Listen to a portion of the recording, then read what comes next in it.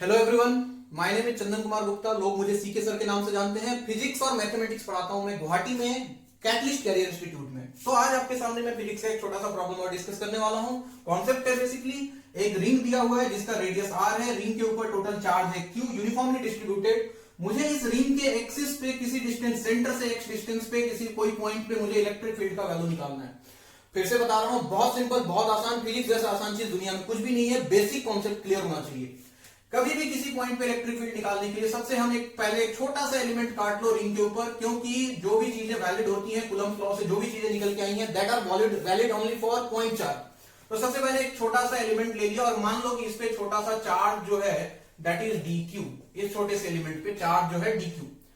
अब आपकी नजर चिड़िया पे नहीं, चिड़िया की आंख पे, यानी कि इसके कारण इस पॉइंट पे इलेक्ट्रिक फील्ड निकालने के लिए इसको ज्वाइन किया। इलेक्ट्रिक फील्ड का डायरेक्शन ये रहा dE, this is small electric field. और अगर मैं इस स्मॉल इलेक्ट्रिक फील्ड का वैल्यू लिखूं तो k q by r square से q की जगह पे आ गया dq डिवाइडेड बाई r। ये वाला डिस्टेंस अगर h मान लो थोड़ी देर के लिए तो दिस इज h स्क्वायर। अब ध्यान से देखो, ये x था, ये रिंग का रेडियस दिया हुआ है r, तो right angle triangle this h will be under root r square plus x square, यानी कि small electric field d will become k into dq divided by under root x square plus r square इसका whole square, यानी कि d जो small electric field है वो बन गया k dq divided by x square plus r square. यहां तक बात खत्म। अभी तक मैंने कुछ भी नहीं किया।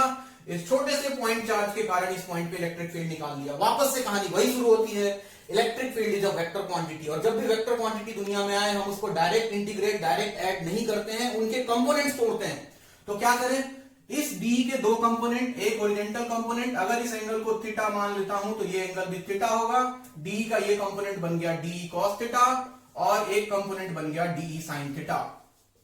और साफ साफ आपको इंट्यूशन से फील आने वाला है कि ये वाला कंपोनेंट कैंसिल होगा, जीरो आ जाएगा इसका आंसर। आप चाहोगे तो इंटीग्रेट करके देख लेना। वैसे फील आ रहा है कि अगर इसके कारण तो इसके सिमेट्रिकल एक पॉइंट यहां पे रहा होगा जिसके कारण इलेक्ट्रिक फील्ड का अगर डायरेक्शन देखते तो इधर जाता, इसका एक कंपोनेंट ऊपर जाता और एक कंपोनेंट वापस इधर जाता, तो ये कंपोनेंट वापस में कैंसिल हो जाते, यानी कि जो नेट इलेक्ट्रिक फील्ड आने वाला था वो अलोंग द एक्सिस आने वाला था, सिर्फ ये वाला कंपोनेंट कैंसिल होने वाला था। यानी कि ई नेट अगर मुझे निकालना है तो मुझे दुनिया में कुछ नहीं करना होगा, इंटीग्रेट कर दो किसको, d cos थीटा को।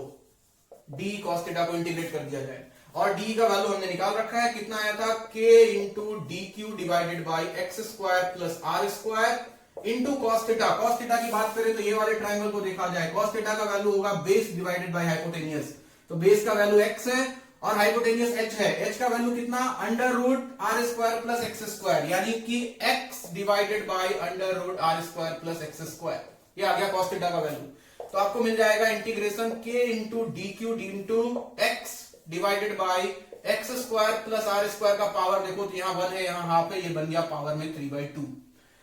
इस इंटीग्रेशन में ध्यान से देखो तो k कांस्टेंट, k वही कूलम्ब लॉ वाला 1/4πε0 जिसका वैल्यू हुआ करता था 9 × 10⁹, ये कांस्टेंट, x कांस्टेंट, ये पूरा कांस्टेंट, तो बच गया खाली dq, बाहर आ गया k into x divided by x square plus r square power 3/2 integration of dq। Integration dq का मतलब है ऑल द चार्जेस, यानी कि इस रिंग के ऊपर टोटल चार्ज कितना था, कैपिटल Q था, तो इसका वैल्यू हो गया कैपिटल Q।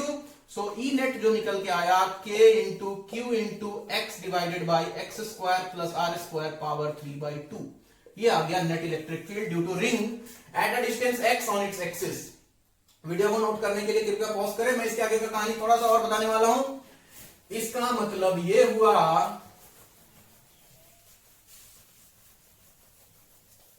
इसका मतलब ये हुआ कि रिंग के कारण उसके एक्सिस पे x डिस्टेंस पे इलेक्ट्रिक फील्ड का वैल्यू अपने को मिल गया। और डायरेक्शन की बात करें तो ये रहा इसका डायरेक्शन। अगर रिंग पे चार्ज पॉजिटिव है तो अवे फ्रॉम द रिंग, और अगर निगेटिव होगा तो डायरेक्शन इधर हो जाएगा, तो ये रहा इसका इलेक्ट्रिक फील्ड। सिमिलरली इस डायरेक्शन में अगर x डिस्टेंस पे अगर मैं आता तो इलेक्ट्रिक फील्ड का डायरेक्शन ये हो जाता, और ये का वैल्यू कितना निकल के आया, k q x divided by x square plus r square to the power 3/2।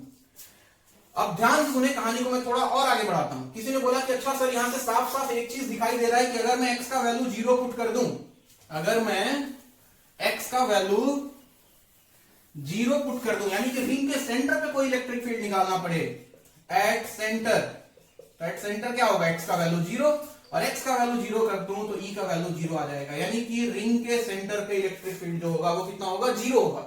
साफ साफ फील भी आ रहा है, इधर वाला इधर कैंसिल कर देगा, सब एक दूसरे के सिमेट्रिकल है, तो सब आपस में लड़ मर के खत्म हो जाएंगे, सारा वेक्टर क्वांटिटी है कैंसिल हो जाएगा, तो सेंटर पे इलेक्ट्रिक फील्ड 0। दूसरी बात, अगर x का वैल्यू इंफिनिटी की तरफ चला जाए, इंफिनिटी, तो इसमें अगर लिमिट लगा के देखें, साफ साफ फील आ रहा है, नीचे एक्स स्क्वायर का पावर बहुत ज्यादा है, ठीक है, तो अगर x का वैल्यू इंफिनिटी रखें तो नीचे वाला टर्म बहुत बड़ा हो जाएगा, हालांकि लिमिट से निकालना चाहिए, लेकिन हम फिजिक्स वाले हैं तो इतना काम चला सकते हैं, नीचे बहुत बड़ा और समथिंग डिवाइडेड बाय बहुत बड़ा, ये वैल्यू टेंड्स टू 0 चला जाएगा, यानी कि इलेक्ट्रिक फील्ड टेंड्स टू 0, यानी कि सेंटर पे भी इलेक्ट्रिक फील्ड 0 और x टेंड्स टू इंफिनिटी पे भी 0। इसका मतलब बीच में कहीं ना कहीं मैक्सिमा मिला होगा, और फॉर मैक्सिमा वापस से हम आते हैं मैथमेटिक्स के पास, बिना मैथमेटिक्स फिजिक्स अधूरा, कोई यूज नहीं फिजिक्स का बिना मैथमेटिक्स, फिजिक्स रूल देके निकल जाता है, मैथमेटिक्स उसको प्रूफ करता रहता है। तो मैक्सिमा के लिए मैथमेटिक्स बोलता है कि इसको डिफरेंशिएट करो इलेक्ट्रिक फील्ड को विद रिस्पेक्ट टू एक्स और पुट करो 0। जब इसको डिफरेंशिएट करके हमने 0 पुट किया तो एक्स का वैल्यू मिला प्लस माइनस r/√2। इससे पता लगा कि दो ऐसा पॉइंट है एक्सिस पे जहां पे इलेक्ट्रिक फील्ड मैक्सिमम हो रहा है। अब जब इसका ग्राफ हमने बनाया तो हमने क्या देखा, इधर इलेक्ट्रिक फील्ड पॉजिटिव डायरेक्शन, इधर electric field negative direction, x positive x negative. ध्यान से देखें, इलेक्ट्रिक फील्ड सेंटर पे 0 था, यानी कि ग्राफ यहां पे है, एक पॉइंट आया x इक्वल टू r/√2, हम जैसे जैसे राइट की तरफ बढ़े इलेक्ट्रिक फील्ड बढ़ना शुरू हुआ और x इक्वल टू r/√2 पे इलेक्ट्रिक फील्ड अपने पीक पे पहुंचा, यानी कि Emax, और ये मैक्सिमा इलेक्ट्रिक फील्ड का, यानी कि इसके बाद फिर से डिक्रीज होगा, और डिक्रीज होते होते होते होते होते जब x का वैल्यू इंफिनिटी की तरफ जाएगा तो ये वैल्यू 0 हो जाएगा। और सेम कहानी नेगेटिव डायरेक्शन में, इलेक्ट्रिक फील्ड नेगेटिव है तो x equal to minus r/√2 पे वापस इलेक्ट्रिक फील्ड नेगेटिव डायरेक्शन में अपने पीक पे पहुंचेगा, यानी कि ग्राफ कुछ ऐसा, और वापस से डिक्रीज होता हुआ x टेंड्स टू इंफिनिटी पे वैल्यू 0, यानी कि ये रहा इलेक्ट्रिक फील्ड का कहानी due to charge ring, uniformly charge ring, जिसके ऊपर टोटल चार्ज q था, x डिस्टेंस पे इलेक्ट्रिक फील्ड हमने ये निकाला, और उसके अकॉर्डिंग हमने देख लिया ग्राफ वगैरह बना के कि सेंटर पे 0, r/√2 माइनस r/√2 पे मैक्सिमा, और जब इंफिनिटी की तरफ पहुंचेगा तो इलेक्ट्रिक फील्ड भी टेंड्स टू 0 हो जाएगा। बस इतनी सी कहानी है, इसको नोट करें, बाकी इसके बाद का नेक्स्ट प्रॉब्लम जो भी होगा नेक्स्ट सेक्शन वो हम। My name is Chandan Kumar Gupta, लोग मुझे सीके सर के नाम से जानते हैं। मैं यहाँ गुवाहाटी में कैटलिस्ट कैरियर इंस्टीट्यूट में मैथमेटिक्स और फिजिक्स पढ़ाता हूँ। मैं फिलहाल आपके सामने एक फिजिक्स का छोटा सा कॉन्सेप्ट डिस्कस करने वाला हूँ। चलिए समझते हैं। फिजिक्स जैसा आसान चीज दुनिया में कुछ भी नहीं है। मैं अभी आपको थोड़ी देर में फील कराने वाला हूँ। ध्यान से देखिए, एक वायर दिया हुआ है, यूनिफॉर्मली चार्ज वायर, जिसके ऊपर चार्ज डेंसिटी दिया हुआ है लैम्डा कूलम पर मीटर का। जी हाँ, इसके ऊपर चार्ज डेंसिटी है लैम्डा कूलम पर मीटर। यहां से परपेंडिकुलर डिस्टेंस d पे एक पॉइंट है जहां पे हमको इलेक्ट्रिक फील्ड का वैल्यू निकालना है। परपेंडिकुलर डिस्टेंस, खास बात क्या है कि इस परपेंडिकुलर से वायर का एक एंड जो है वो θ1 एंगल बना रहा है और दूसरा एंड जो है वो θ2 एंगल बना रहा है। ख्याल रहे परपेंडिकुलर से, और एक एंगल को अगर आप देख रहे हैं तो मैंने एंटी क्लॉकवाइज डायरेक्शन में लिया है, तो दूसरा एंगल जो है वो क्लॉकवाइज डायरेक्शन में है। इसका मतलब कि अगर एक एंगल को मैं पॉजिटिव कंसीडर करूंगा तो दूसरे को मुझे नेगेटिव कंसीडर करना पड़ेगा, ऐसा मैथमेटिक्स बोलता है। बिना मैथमेटिक्स फिजिक्स पढ़ना इम्पॉसिबल है। तो एक को अगर पॉजिटिव लूंगा तो दूसरा एंगल नेगेटिव। चलिए, इस पॉइंट पे इलेक्ट्रिक फील्ड निकालने के लिए हमें क्या करना होगा? हमें अभी तक क्या पता? हमें पता है कि एक चार्ज q के कारण r डिस्टेंस पे अगर इलेक्ट्रिक फील्ड का वैल्यू निकालना है तो वैल्यू होता है kq/r²। This is for point charge. बिल्कुल यही चीज मैं कंसीडर करने वाला हूं। यानी कि मैंने क्या किया, यहां से y डिस्टेंस पे जाके एक छोटा सा एलिमेंट ले लिया, छोटा सा एलिमेंट, टीनी सा एलिमेंट, ये वाला एलिमेंट ले लिया सपोज dy का। ठीक है, तो charge on dy, charge on dy, अगर मैं इसको dq बोल दूं, dq, तो इसका वैल्यू कितना होगा? 1 मीटर में लैम्डा कूलम का चार्ज है तो dy मीटर में लैम्डा इंटू dy, ये हो गया तुम्हारा चार्ज, यानी कि इस छोटे से पार्ट पे चार्ज। अब हमारी नजर बिल्कुल चिड़िया पे नहीं, चिड़िया की आंख पे, यानी कि इसके कारण यहाँ पे इलेक्ट्रिक फील्ड सबसे पहले देखते हैं। उसके लिए हमने क्या किया, यहां से इसको ज्वाइन किया स्ट्रेट लाइन से, ये रहा। इसके कारण यहाँ पे जो इलेक्ट्रिक फील्ड का डायरेक्शन होगा ये होगा। इसको मैं छोटा सा इलेक्ट्रिक फील्ड DE बोल देता हूं, और मान लेता हूं कि ये वाला लाइन जो है इसके साथ थीटा एंगल बना रहा है। अब इसके कारण यहाँ पे इलेक्ट्रिक फील्ड, यानी कि जो स्मॉल डी का वैल्यू होगा बच्चे, वो kq/r² फॉर्मूले से q के जगह पे आ जाएगा dq, तो k into dq divided by r, ये वाला डिस्टेंस। अगर मैं इसको थोड़ी देर के लिए h नाम दे दूं, h, तो ये वैल्यू हो गया h²। ध्यान से सुनते जाएं, यानी कि डी का जो वैल्यू होगा वो k इंटू dq का वैल्यू उठा के रख दिया मैंने lambda into dy divided by h। h का वैल्यू ये देखें, अगर ये d है तो मैथमेटिक्स से this value will be d sec theta, तो नीचे आ गया d² sec² थीटा। अब दिक्कत क्या है, दिक्कत यह है कि यहाँ पे दो वेरिएबल, y भी वेरिएबल और थीटा भी वेरिएबल। मैथमेटिक्स बोलता है कि जब भी दो वेरिएबल सिचुएशन में आ जाए तो किसी एक को कन्वर्ट कर लो दूसरे के टर्म में। और कैसे करेंगे, बिल्कुल मैथमेटिक्स, बहुत सिंपल मैथमेटिक्स। इस वाले डायग्राम को ध्यान से देखें। इस वाले डायग्राम में अगर मैं tan थीटा का वैल्यू लिखता हूं तो परपेंडिकुलर डिवाइडेड बाई बेस यानी कि y by D, y divided by D, यहां से y का वैल्यू मिलता है मुझे d इंटू tan थीटा। और अगर मैं बोथ साइड डिफरेंशिएट कर दूं, y equal to d tan theta मुझे मिल चुका है, y equal to d tan theta. अगर बोथ साइड डिफरेंशिएट कर दूं तो dy का वैल्यू आ जाएगा बच्चे, d तो कांस्टेंट था, tan थीटा का हो गया sec स्क्वायर थीटा और थीटा का हो गया d थीटा। अब ये वैल्यू को उठा के मैंने रिप्लेस कर दिया इस d वाले में, यानी कि d जो स्मॉल इलेक्ट्रिक फील्ड मिलने वाला था मुझे, वो कितना मिलने वाला है अभी, k into lambda into dy की जगह पे आ गया d sec square theta d theta divided by, नीचे पहले से चल रहा था दुनिया में d square sec square theta. ध्यान से देखें, बहुत सिंपल, सेक स्क्वायर थीटा से सेक स्क्वायर थीटा शहीद हो गया, एक d से एक d कैंसिल, यानी कि d का जो वैल्यू निकल के आ गया मेरे पास k into lambda into d theta divided by, नीचे एक d बचा हुआ है। याद रहे ये d अलग, ये डिफरेंशिएशन वाला d है और ये d डिस्टेंस है, परपेंडिकुलर डिस्टेंस। ये मुझे इस स्मॉल एलिमेंट के कारण इस पॉइंट पे इलेक्ट्रिक फील्ड मिल गया। लेकिन दिक्कत क्या है, दिक्कत यहां पे शुरू होती है, electric field is a vector quantity, और अगर ये वेक्टर क्वांटिटी है तो मैं इसको डायरेक्ट इंटीग्रेट नहीं कर सकता हूं। सबसे पहले मुझे इसे कंपोनेंट्स में तोड़ना होगा। इसके दो कंपोनेंट, एक हॉरिजॉन्टल और एक वर्टिकल। ध्यान से देखें, अगर ये एंगल थीटा, अगर मैं इसको आगे एक्सटेंड करूं, ये एंगल थीटा तो ये वाला एंगल थीटा, यानी कि इस d का दो कंपोनेंट, एक इधर horizontal component that is d cos theta, और एक इसका वर्टिकल कंपोनेंट इधर that is d sin theta. Video pause करके कृपया इसको नोट कर ले, मैं इसको मिटाने वाला हूं। मेरे पास d आ चुका है k lambda d theta divided by d। इसके आगे का कहानी बताने के लिए अब देखिए, सबसे पहले मैं इसकी बात करता हूं, हॉरिजॉन्टल कंपोनेंट। अब चूंकि ये रॉड के परपेंडिकुलर है तो इसको बोलते हैं perpendicular component. Perpendicular component, perpendicular component को हमने नाम लिया ई परपेंडिकुलर, और इसके लिए हमको क्या करना है, कुछ नहीं करना है, इंटीग्रेट कर देना है डी कॉस थीटा को, डीई इंटू कॉस थीटा। ठीक है, डी का वैल्यू उठा के रखा, डी का वैल्यू हमने निकाला था k into lambda divided by D into D theta into cos theta. Variable कौन है, थीटा, सिर्फ एक वेरिएबल बचा है मार्केट में, थीटा। थीटा का लिमिट ध्यान से देखें, थीटा 2 से थीटा 1 गलत है। अगर एक निगेटिव तो दूसरा पॉजिटिव, तो अगर क्लॉकवाइज वाले को निगेटिव लूं तो माइनस थीटा 2 से लेके theta 1, this is the limit. इसमें k लेमडा d कांस्टेंट है, k कूलम्स कांस्टेंट वाला k 1/4 पाई एप्सिलॉन नॉट, जिसका वैल्यू हुआ करता था 9 × 10⁻⁹। ये कांस्टेंट है, ये कांस्टेंट बाहर, k into lambda divide by D बाहर, अंदर बचा cos theta d theta. cos theta का इंटीग्रेशन सबको पता है कि sin थीटा होता है, लिमिट लग जाएगा इसमें माइनस थीटा 2 से लेके थीटा 1 तक, यानी कि k lambda divided by d. सबसे पहले अपर लिमिट तो sin theta 1 minus sine of minus theta 2, एक और माइनस आएगा, minus minus plus, sin theta 1 plus sin theta 2। ये आ गया आपका वैल्यू ई परपेंडिकुलर का, ये कहानी। ठीक है, वीडियो पॉज करें, नोट करें, मैं भी निकालने वाला हूं पैरेलल कंपोनेंट। अगर मुझे पैरेलल कंपोनेंट चाहिए, पैरेलल कंपोनेंट, तो हमें क्या करना होगा, E parallel equal to integrate कर दो किसको, रॉड के पैरेलल वाला कंपोनेंट, यानी कि डी साइन थीटा को, डी साइन थीटा, यानी कि इंटीग्रेशन डी का वैल्यू था k into lambda divide by D into D theta into sine theta, और लिमिट फिर से वही माइनस थीटा 2 से लेके थीटा 1 तक।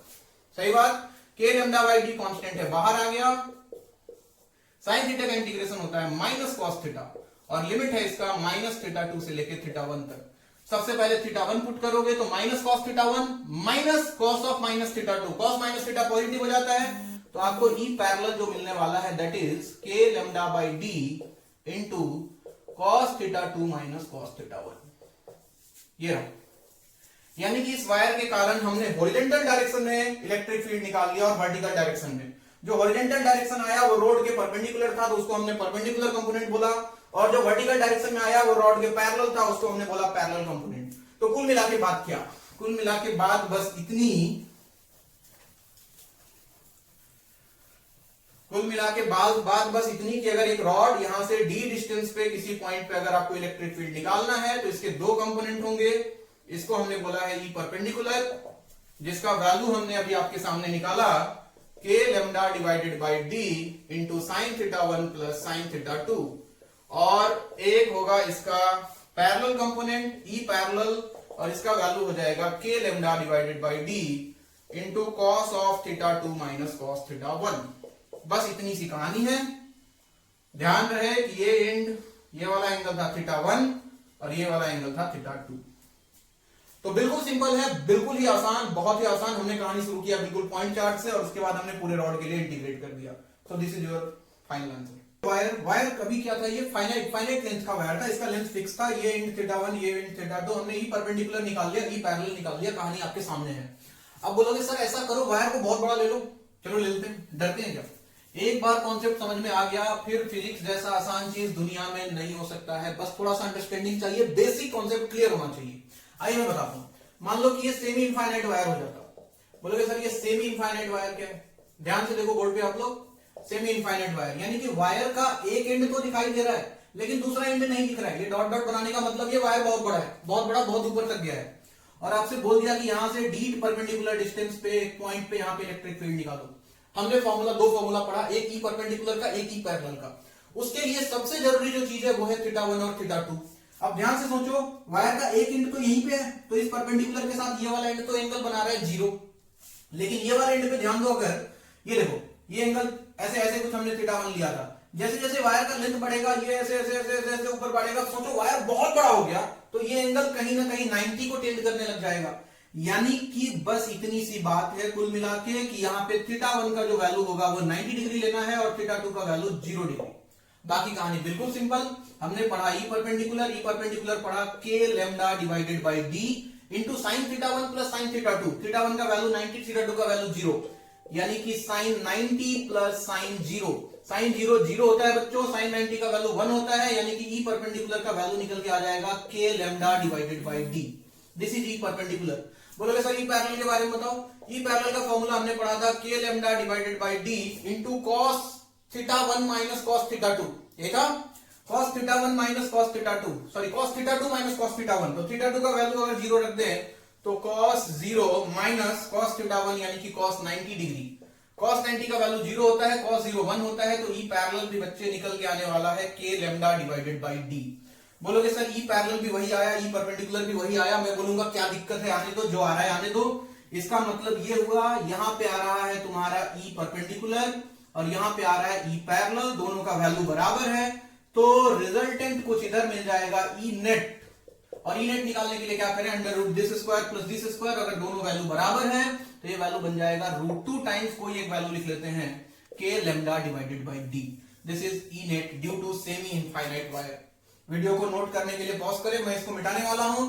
मैं लेने जा रहा हूं पिक्चर में इनफाइनाइट वायर।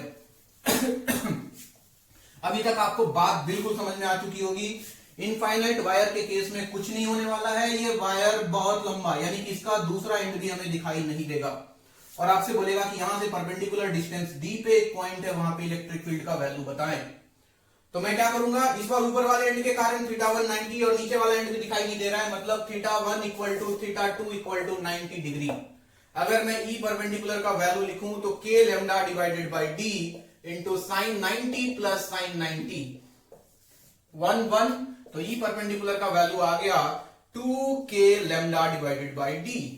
और अगर ई पैरेलल की बात करें तो k lambda divided by d into cos theta 2 यानी कि कॉस 90 माइनस कॉस थीटा 1 यानी कि कॉस 90, और ये वैल्यू देखो 0 हो गया, तो ई पैरेलल का वैल्यू 0, यानी कि वायर के पैरेलल इलेक्ट्रिक फील्ड का कोई कंपोनेंट नहीं आएगा। और ये हमें साफ साफ इंट्यूशन से दिखाई दे रहा था कि अगर यहाँ पे एक पॉइंट लेता, इसके कारण इलेक्ट्रिक फील्ड इधर, एक कंपोनेंट इधर जाता, एक कंपोनेंट नीचे जाता। इसके कारण सिमेट्रिकल एक पॉइंट अगर यहां लेता तो इसके कारण इलेक्ट्रिक फील्ड इधर, एक कंपोनेंट इधर, एक कंपोनेंट ऊपर, तो ऊपर और नीचे वाला कंपोनेंट एक दूसरे को कैंसिल करने वाला था। यानी कि हमें जो ई मिलेगा नेट, वो इस बार सिर्फ ई परपेंडिकुलर के बराबर होगा, यानी कि E net will be equal to E perpendicular, जिसका वैल्यू हमें मिला है 2k lambda divided by d। बस इतनी सी बात है। यानी कि सेमी इनफाइनाइट वायर के लिए कैसे होगा, थीटा 1 90 थीटा 2 0, और इनफाइनाइट वायर के लिए थीटा 1 और थीटा 2 दोनों का वैल्यू हो जाएगा 90 डिग्री। फिलहाल आज के